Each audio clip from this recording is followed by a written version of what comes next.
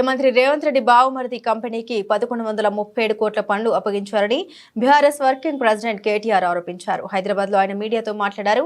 కేంద్ర రాష్ట్ర ప్రభుత్వాల భాగస్వామ్యంతో మున్సిపాలిటీలో ప్రజల దహార్తిని తీర్చేందుకు రూపొందించిన అమృత్ పథకంలో రేవంత్ రెడ్డి కుటుంబ సభ్యులు అవినీతికి పాల్పడ్డారని మండిపడ్డారు. ముఖ్యమంత్రి తన అధికారాన్ని ఉపయోగించి బావమరిది కంపెనీకి పనులు అప్పగించారన్నారు కేటీఆర్.